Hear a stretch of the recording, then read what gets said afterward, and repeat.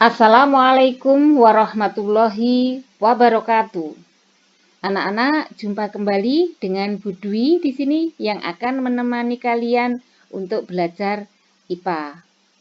Baik anak-anak, sebelum kita belajar IPA ini, baik kita berdoa, mudah-mudahan yang kita kerjakan hari ini bisa bermanfaat bagi kehidupan di kemudian hari. Baik, sikap sempurna. Berdoa menurut agama dan keyakinan kita masing-masing. Dimulai.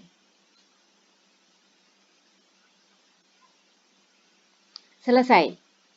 Baik anak-anak, kita melanjutkan materi yang kemarin, yaitu tentang klasifikasi hewan. Klasifikasi masih ingat apa? Pengelompokan. Oke, pengelompokan pada hewan. Nah, di sini hewan itu berdasarkan jenis atau tidak adanya rangka atau tulang, hewan dibagi menjadi 2 pilum. Masih ingat pilum itu adalah klasifikasi kelompok paling tinggi. Kalau pada tumbuhan paling tinggi apa anak-anak yang kemarin? Divisio. Iya, bawahnya sama. Baik itu pilum ataupun pada divisio, bawahnya sama. Kelas, ordo, famili, genus, spesies. Bahasa Indonesianya kan juga sudah kemarin kita pelajari, kalau kamu lupa dibuka kembali. Baik anak-anak, untuk yang kingdom hewan ini yang dibagi menjadi dua filum. Yang pertama adalah vertebrata. Yang kedua avertebrata. Vertebrata itu ialah apa anak-anak? Ada yang ingat? Tahu? Iya, vertebrata itu ialah hewan yang memiliki atau mempunyai ruas tulang belakang. Nah, vertebrata ini dibagi menjadi 5 kelas.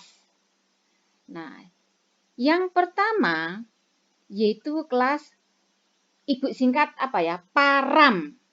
P-nya Pisces, A-nya amfibi, R-nya reptilia, A-nya aves, M-nya mamalia. Jadi param, diingat aja, param itu adalah hewan vertebrata. P-nya Pisces, A-nya amfibi, R-nya reptilia, A-nya aves, dan M-nya mamalia. Itu adalah hewan vertebrata. Nah, yang pertama untuk Pisces, ini tubuhnya dilindungi oleh apa anak-anak? Iya, oleh sisik. Dia bernafas dengan apa anak-anak? Ayo, iya, insang. Nah, ini peredaran darahnya itu terdiri dari 2 ruangan, yaitu 1 serambi dan 1 bilik. Ini pada ikan.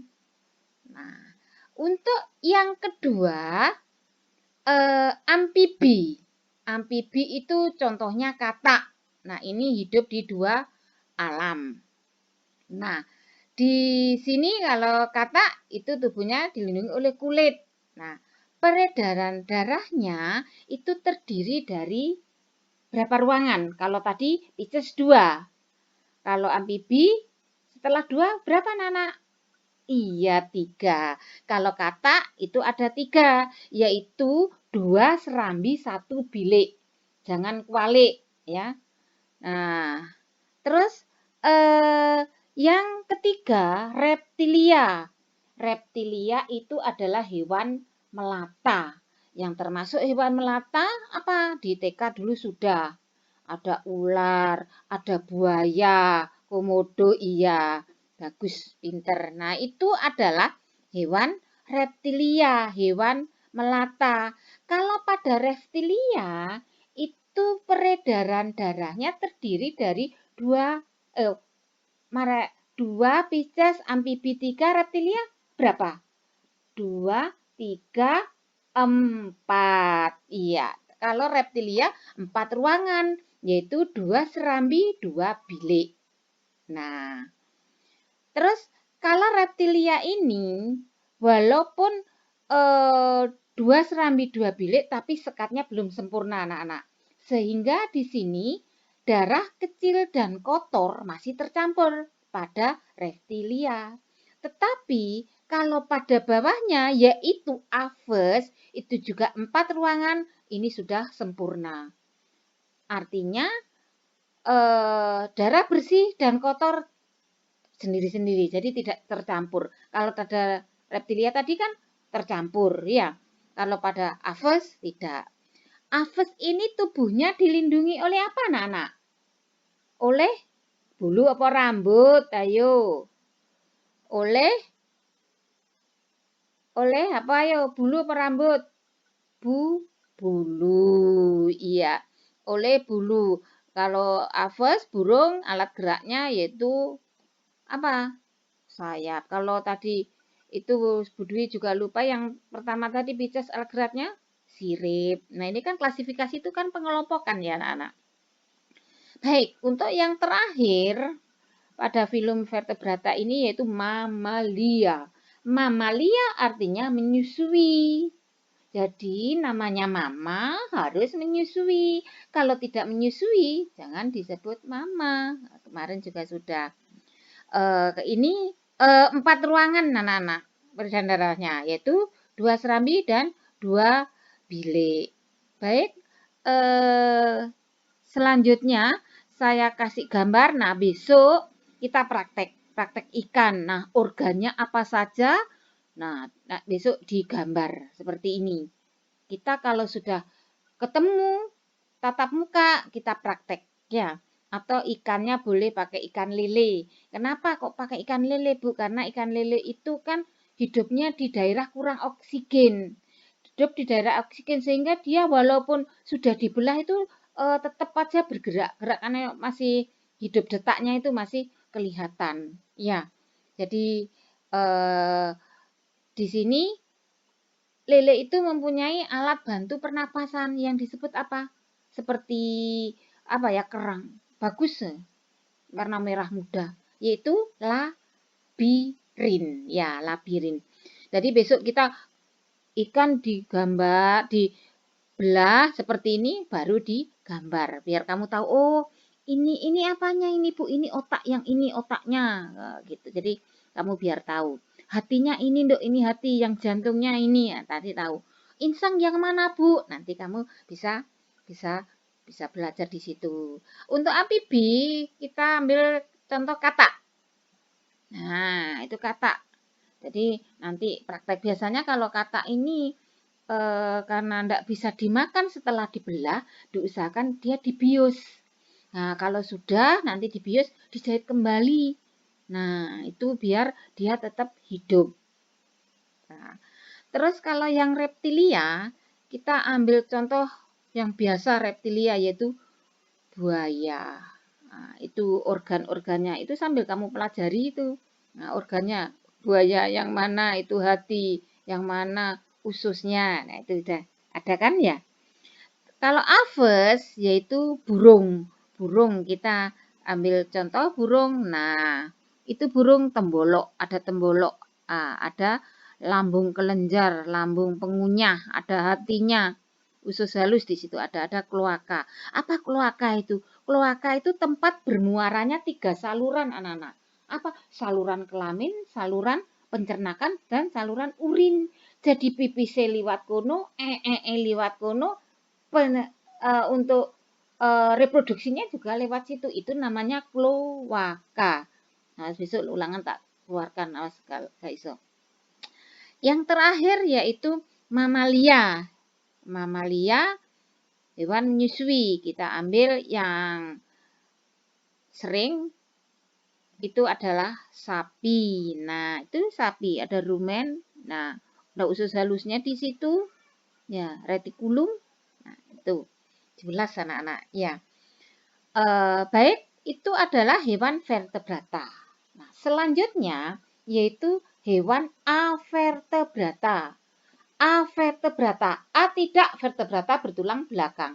berarti avertebrata adalah hewan yang tidak bertulang belakang.